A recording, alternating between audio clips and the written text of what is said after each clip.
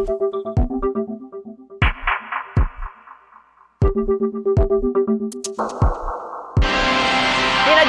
ni Senador Alan Peter Cayetano ang kanyang mga kasamahan sa Senado laban sa pagdaan sa botohan para pigilan ang impeachment trial ni Vice President Sara Duterte. Pagdidiin niya, mandato ito sa kanila ng saligang batas at kailangan nilang gawin. Nakatutok si Mav Gonzalez. Matapos pagdebatihan sa plenaryo kahapon, wala pang napagkakasunduan ang mga senador sa issue ng impeachment ni Vice President Sara Duterte. Sabi ni Senate President Chis Escudero, walang pinagbotohan kahapon dahil wala namang nagmosyon para magbotohan. Napag-usapan na rin kasi nilang sa June 11 na tatalakayin ang impeachment. Puro manifestation yung ginawa kahapon. Para may gumalaw, may dapat mag-move. Di ba? Kung may magmomosyon, pagbobotohan yan. Pag nag-object, pagbobotohan yan. Pag may nagmosyon, walang nag-object, edi tuloy-tuloy yun. Ang maaaring pagdesisyonan ng kasalukuyang Senado kung aagahan ang pagtalakay sa impeachment proceedings laban kay Vice President Sara Duterte o hindi kaya ay ibasura na ito.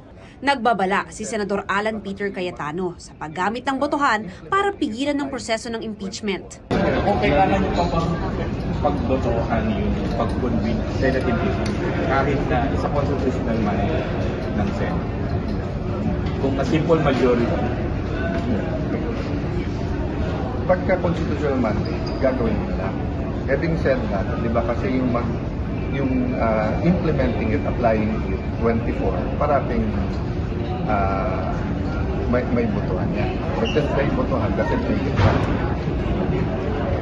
So, can it be overturned by a simple majority vote of the President of the Senate, yung constitutional mandate? Hindi dapat. Isa pang nakabimbing tanong kung pwedeng tumawid sa 20th Congress ang impeachment ng bise. May mga senador na nagsasabing hindi, gaya ni Senador Bato de la Rosa, kilalang kaalyado ng mga Duterte. Madugo na debate yan, kung pwede bang tumawid o hindi. If you want to ask me, my own personal thought on this, based on my readings, based on my research, I am more inclined to believe na hindi na pwedeng tumawid sa next Congress.